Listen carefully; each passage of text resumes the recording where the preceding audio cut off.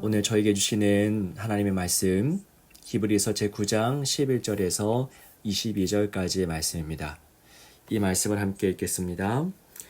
그리스도께서는 장래 좋은 일에 대제사장으로 오사 손으로 짓지 아니한 것 곧 이 창조에 속하지 아니한 더 크고 온전한 장막으로 말미암아 염소와 송아지의 피로 하지 아니하고 오직 자기의 피로 영원한 속죄를 이루사 단번에 성소에 들어가셨느니라. 염소와 황소의 피와 및 암송아지의 죄를 부정한 자에게 뿌려 그 육체를 정결하게 하여 거룩하게 하거든 하물며 영원하신 성령으로 말미암아 흠 없는 자기를 하나님께 드린 그리스도의 피가 어찌 너희 양심을 죽은 행실에서 깨끗하게 하고 살아계신 하나님을 섬기게 하지 못하겠느냐. 이로 말미암아 그는 새 언약의 중보자시니 이는 첫 언약 때에 범한 죄에서 속량하려고 죽으사 부르심을 입은 자로 하여금 영원한 기업의 약속을 얻게 하려 하심이라. 유언은 유언한 자가 죽어야 되나니 유언은 그 사람이 죽은 후에야 유효한즉 유언한 자가 살아있는 동안에는 효력이 없느니라. 이러므로 첫 언약도 피 없이 세운 것이 아니니 모세가 율법대로 모든 계명을 온 백성에게 말한 후에 송아지와 염소의 피 및 물과 붉은 양털과 우슬초를 취하여 그 두루마리와 온 백성에게 뿌리며 이르되 이는 하나님이 너희에게 명하신 언약의 피라 하고 또한 이와 같이 피를 장막과 섬기는 일에 쓰는 모든 그릇에 뿌렸느니라. 율법을 따라 거의 모든 물건이 피로써 정결하게 되나니 피 흘림이 없은즉 사함이 없느니라. 아멘. 자, 오늘도 선하신 하나님의 은혜가 여러분 모두에게 가득 부어지기를 소망합니다. 저희는 주의 말씀 없이는 한순간도 버틸 수 없는 인생입니다.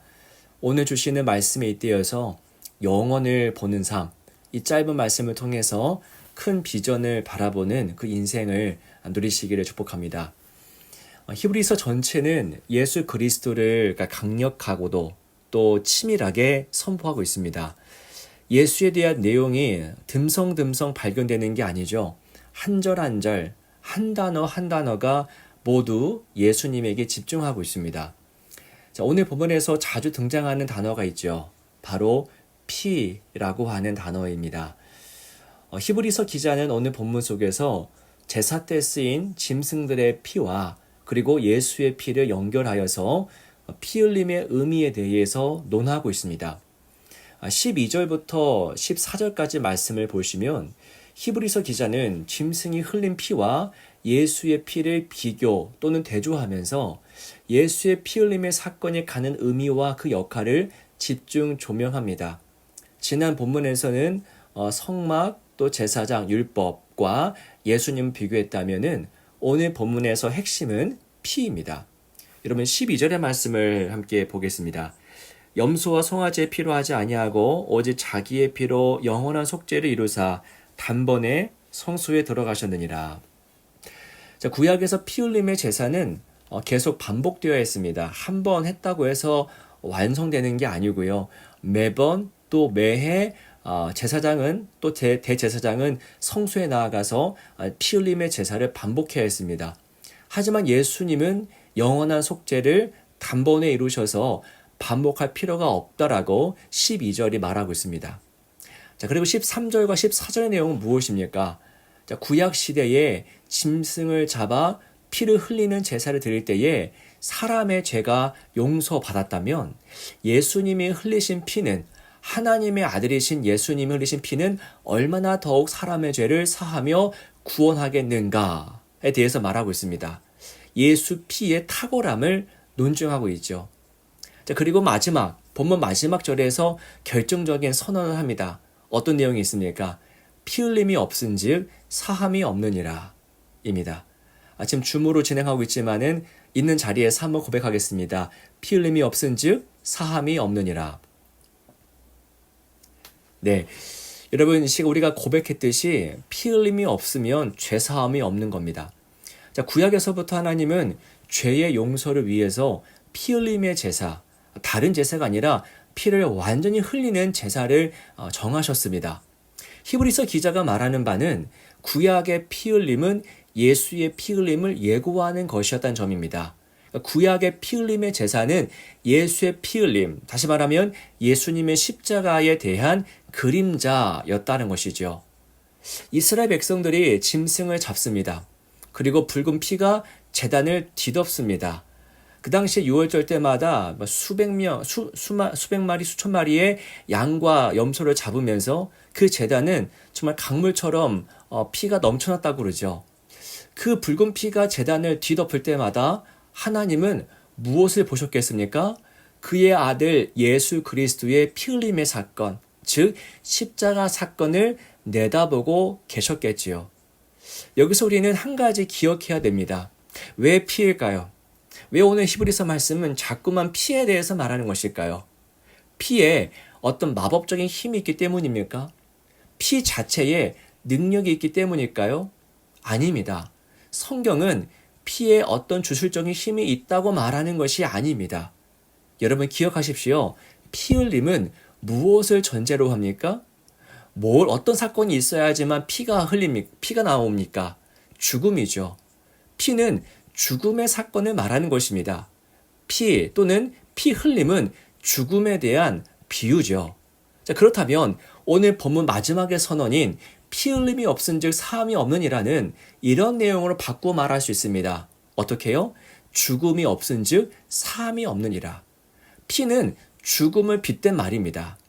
여러분, 피가 중요한 게 아니라 죽음이 중요한 내용입니다.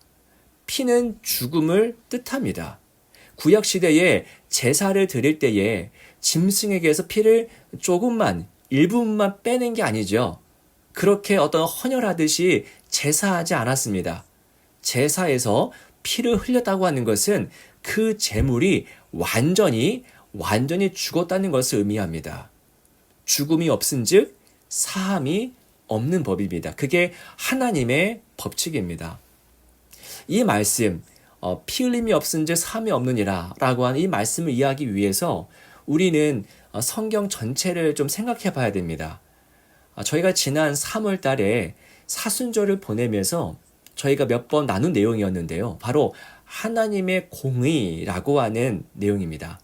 하나님의 공의, 하나님의 의로우심이라는 게 뭡니까? 하나님의 공의란 죄를 죄로 여기시는 것입니다. 죄에 대한 대가를 철저하게 요구하는 성품이 하나님의 공의입니다. 여러분, 하나님께서 죄의 현장을 보고 죄가 넘쳐나는 곳을 보고도 괜찮아. 그럴 수도 있는 것이 죄 좀 지어도 아무 상관없어. 나는 괜찮아 라고 말씀하신다면 우린 과연 그분을 거룩한 분이라고 공의로운 분이라고 말할 수 있을까요? 그럴 수 없을 겁니다. 아니 강도가 지나가는데 경찰이 괜찮아요 지나가세요 한다면은 우린 그 경찰을 보면서 어떻게 정의롭다고 말할 수 있겠습니까? 하나님도 마찬가지인 것이죠. 여러분 하나님은 더 거룩하신 분, 더 공의로운 분입니다. 하나님은 죄를 쉽게 간과하지 않으십니다. 착각하면 안 됩니다.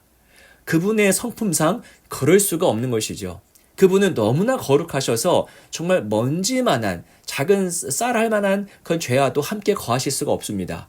죄를 내쳐야만 합니다. 죄를 버려야만 합니다.